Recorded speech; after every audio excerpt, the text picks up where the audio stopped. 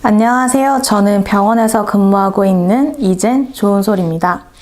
저는 코로나로 고통 속에 계셨던 환자 한 분과 경험을 이야기하려 합니다. 그분은 50대 남성분으로 올해 4월 낙상으로 인한 골반뼈 골절로 입원하셨습니다. 한창 코로나가 심해질 때 입원을 하셨지만 추석 때 퇴원을 목표로 열심히 치료를 받으셨습니다. 어느덧 추석이 다가왔지만 그토록 원했던 퇴원은 불가능해 보였습니다. 점점 늘어나는 코로나 확진자 수와 아직 완벽하게 낫지 않아 불안해하는 가족들은 환자에게 조금 더 병원에 있기를 권유했고 저 또한 조금 더 치료받는 것이 좋을 것 같다 말씀드렸습니다. 그 무렵부터 환자는 가족들이 자신을 원하지 않는다는 생각에 가족들과 전화를 할 때면 점점 강하게 서운함을 표현했고 그럴수록 가족들도 지쳐 전화를 하지 않는 날이 길어져 갔습니다. 저 또한 매일매일 듣는 안 좋은 소리와 치료 협조가 잘 되지 않는 모습에 지쳐가고 있었고 속으로 코로나로 힘든 상황이 이 환자에게만 오는 것도 아닌데 왜 이분은 이겨내려고 노력도 하지 않는지 판단이 생기기 시작했습니다. 하지만 그 순간 제가 그 환자와 마음으로 하나가 되지 못했다는 걸 깨달았습니다. 그분은 저에게 힘든 상황을 나눠주시는데 저는 그 믿음을 받아주지 못했기 때문입니다. 저는 그분을 새로운 눈으로 바라볼 수 있도록 기도드리며 저의 잘못을 반성했습니다.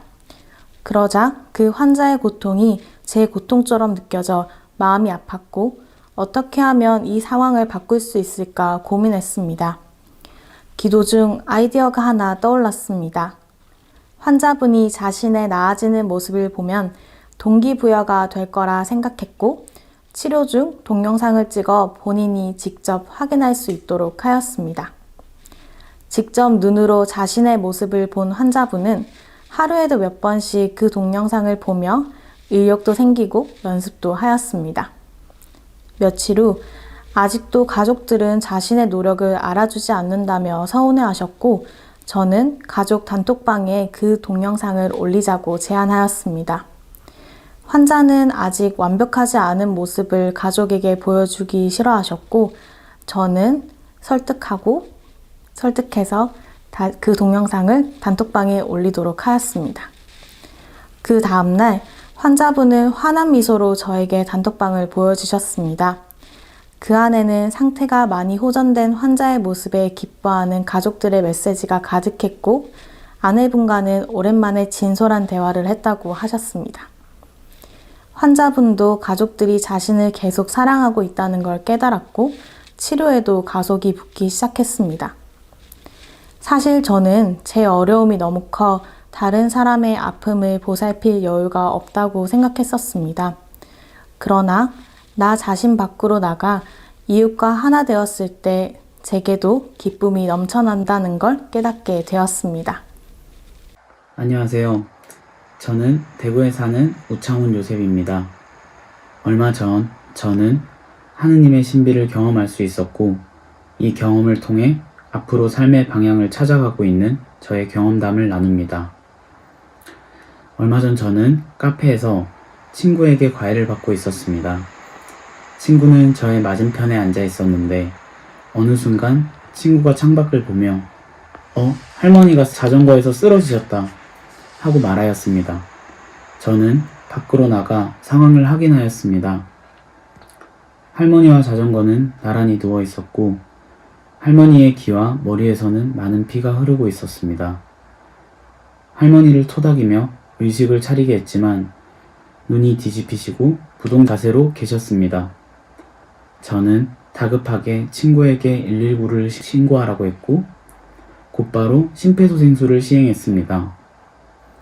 한 번, 두 번, 할머니의 의식에는 아무런 변화가 없었지만 미세한 호흡이 느껴졌습니다. 심폐소생술을 할 때마다 할머니의 약한 흉부가 느껴져 마음이 아팠지만 조심스럽게 계속 심폐소생술을 시행했습니다. 주변에 간호학과나 심폐소생술을 잘하는 사람이 있냐는 물음에도 주변 사람들은 묵묵부답이었고 지금에 할 수 있는 조치는 제 손밖에 없었습니다.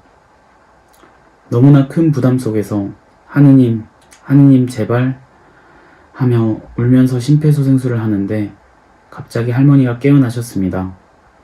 할머니는 정신을 차리셨고 호흡을 확실히 하실 수 있게 되었습니다. 그런데 술을 조금 드셨는지 머리 때문에 정신이 없으신지 할머니는 계속 제 몸과 뺨을 때리셨고 저는 할머니가 가만히 누워 계시도록 손을 잡았습니다. 그런데 할머니가 정신이 혼미한 상태로 계속 이야기하는 것은 성모님과 하느님이었습니다. 성모님, 저를 하늘로 보내주세요. 하느님 말고의 인간은 다 부질없다 등 할머니는 정신없이 계속 중얼거리셨고 그 말을 듣고 저도 카톨릭 신자라고 말씀을 드리니 신기하게도 할머니가 때리시는 일도 제 손을 뿌리치는 일도 멈추셨습니다. 구급대원은 20분이 지나서야 도착을 하였고 저는 할머니의 자전거를 들고 혼자 앉아 진정을 하며 혼란 속에서 성모송을 외웠습니다. 제 손으로 사람을 살려낼 수 있었다 생각하니 너무 놀라웠고 하느님께서 항상 우리 곁에 계신다는 것을 강하게 느꼈습니다. 저는 그 후에도 이 할머니와 연락을 주고받고 있습니다. 어머니께서는 직접 만들어주신 곰탕을 가져가라고 하시고 저도 자전거도 가져다 드려야 해서 할머니 댁을 방문하게 되었습니다.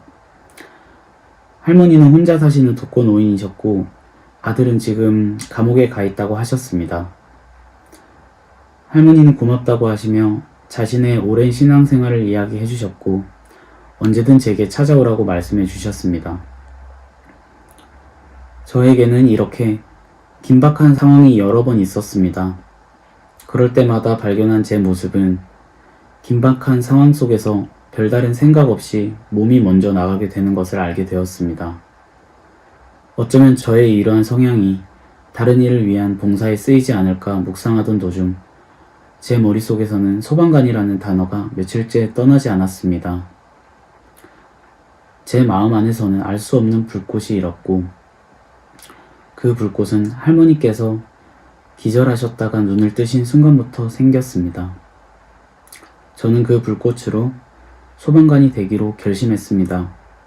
내년 4월에 있을 소방시험을 매일매일 열심히 준비하고 있으며 공부를 할 때 오는 많은 유혹들에서부터 하느님의 보호를 받고 있음을 느낍니다. 저는 그에 대한 하느님께 보답으로 자주 나가지 않던 미사를 매주 나가고 주변 형제를 사랑하려 노력하고 하느님께 매일 성경 쓰기를 봉헌합니다. 항상 갈팡질팡 헷갈려 하던 저의 신앙생활 중 넘치는 하나님의 은총으로 길을 찾아가고 있는 저의 경험을 나눕니다. 감사합니다. 포콜라르의 영성을 살면서 일치를 가장 필요로 하는 곳이 바로 본당이라는 생각을 하게 되었습니다. 그래서 제가 소속되어 있는 단체나 그룹에서 일이 아니라 사랑으로 하나가 되는 것이 하느님께서 가장 기뻐하실 거라는 생각을 하게 되면서 포콜라레, 즉 마리아 사업회 영성은 본당에서 마리아의 현존이 되어 봉사하는 것임을 깨닫게 되었습니다. 마침 첫 영성체반 교리를 하게 되었는데 첫 해는 20명 어린이를 맡게 되었어요.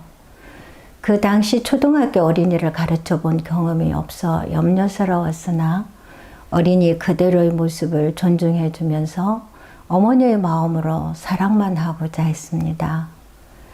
따뜻한 마음이 통했든지 아이들도 기뻐하면서 즐겁게 따라줬고 남편에게 우리 스님 짱이에요 하면서 엄지척도 해주었답니다. 16개 기도문을 모두 외워야 하는 찰구 때는 남편과 아들도 함께 도와주었고 또 부모님들과도 한 마음이 되어 한 명의 낙오도 없이 통과할 수 있었습니다. 본당 신부님께서 보시고 흐뭇해 하시며 금일봉을 주시기도 했고 가까이서 지켜봤던 수녀님께서도 가족이 하나 되어 봉사하는 모습이 너무 아름다워 기억에 잊혀지지 않는다고 하시며 이동되어 떠나신 후에도 계속 연락을 주시곤 합니다. 그 다음 해 첫 영성체 부모 교리를 끝낸 후 어머니들께서 계속 모임을 이어가고 싶어 하셨어요. 거의 직장인들이어서 만날 때는 자녀들을 모두 데리고 나왔는데 그들 한 명 한 명을 모두 품으며 사랑하고자 노력했어요. 명절에는 남편들까지도 초청하여 27명이 둘러앉아 세배도 하고 덕담을 나누면서 제기차기, 윷놀이를 했는데 모두가 행복해하였고 특히 동그랗게 둘러앉아 생활 말씀을 한 문장씩 읽고 난 후 나눔과 아이들의 꿈에 대한 얘기를 나누었을 때 아빠들이 기뻐하는 모습을 보면서 우리 가운데 예수님께서 함께하고 있음에 깊이 감사드렸습니다. 4년쯤 지났을 때 저희 제안에 모두 찬성하여 포클라리 모임으로 이어가게 되었으며 현재도 몇 분은 소모임을 하면서 포클라리 영성을 더 깊이 알아가고 있습니다. 또한 몇 년 전에 예비자 교리반을 맡게 되었는데 한 반에 교사가 2명씩 한조가 되어 교리 강의와 간식과 연락 담당으로 나누어 봉사하는 시스템이었어요. 저는 교사 출신이고 건강도 좋지 않아서 강의 쪽이 훨씬 더 쉬웠지만 연세가 저보다 많은 파트너 선생님을 사랑하기 위해 더 어려운 간식과 연락 봉사를 맡았습니다. 교리 시간에는 파트너 선생님이 강의를 잘할 수 있도록 최선의 배려를 해드렸으며 예비자 한 사람 한 사람을 마리아처럼 사랑하고자 노력했습니다. 제가 건강상 어려움이 있어 힘들 때는 딸이 대신해 주기도 했습니다. 끝나고 나서 파트너 선생님께서 교리에만 집중할 수 있도록 배려해 준 사람은 저밖에 없었다고 한 얘기를 전해 들었을 때 서로 간의 사랑을 느낄 수 있었으며 하느님과 깨알았게 영광을 드린 것 같아 감사했습니다. 안녕하세요. 저는 대구교구 김종호 요셉 신부입니다. 반갑습니다. 저는 현재 필리핀 타가이타이 소도시 교구 신학생들을 위한 일체 영성센터에서 살고 있습니다. 이곳에서 저는 피로 연결된 가족의 테두리를 넘어서 영적으로 연결된 확장된 끼아라의 가족을 체험하고 있습니다. 매년 20여 명의 아시아 사제, 부제 신학생들이 이곳 사제학교에 모여서 일치의 영성을 체험하는데 올해는 코로나 바이러스의 여파로 필리핀에서 온 4명의 신학생들과 저를 포함한 양성자 신부 2명, 총 6명이 이곳에서 생활하고 있습니다. 한 가족이 된다는 것은 신학생들에게 엄마가 되어주고 아버지가 되어준다는 의미죠. 그래서 그들의 아버지와 어머니가 되어주려고 노력하고 있습니다. 이곳 첫 책임자로 오셨던 토니 베거 신부님이 사제는 집을 필요로 한다고 말씀하신 것처럼 우리는 이곳에서 신학생들이 하나의 따뜻한 가족을 체험할 수 있도록 도와줍니다. 저는 항상 신학생들과 동등한 형제적 관계를 유지하고자 노력합니다. 서로 간의 사랑은 동등한 관계에서만 가능하기 때문이죠. 3년 전 어느 날 신학생들과 함께 근처 대형몰에 쇼핑을 간 적이 있습니다. 그날은 내가 그들의 운전사였죠. 저녁 식사를 조별로 하고 난 후 약속된 시간에 약속된 장소로 모이기로 했는데 시간이 다 되어 가는데 한조가 도착하지 않았습니다. 갑자기 문자가 와서 이제 겨우 식당에 도착해서 음식을 주문했는데 약속 시간을 못 맞추겠으니 식당 앞으로 차를 몰고 와달라는 거였습니다. 시간을 충분히 주었는데도 시간 조절을 못하다니 어디 신학생이 신부님에게 픽업 주문을 해? 등등 내 안에 많은 판단이 들었지만 그 순간 아버지의 마음으로 어머니의 마음으로 무엇보다 운전사의 마음으로 기쁘게 오케이라는 응답을 보내고는 먼저 도착한 신학생들을 태워서 그들이 있는 식당 쪽으로 갔습니다. 다행히 그 식당은 집 방향이었고 식당에 가까운 도로 옆에 주차를 하고는 그들을 기다렸습니다. 뒤늦게 도착한 그들을 난 활짝 웃으며 맞이했고 집으로 가는 도중 차 안에서 목주기도를 바치는 그들의 목소리는 마치 천사들의 합창 같았습니다. 이곳에서 신학생들은 예수님의 새 계명을 살며 항상 우리 가운데 계신 예수님의 현존을 모시려 합니다.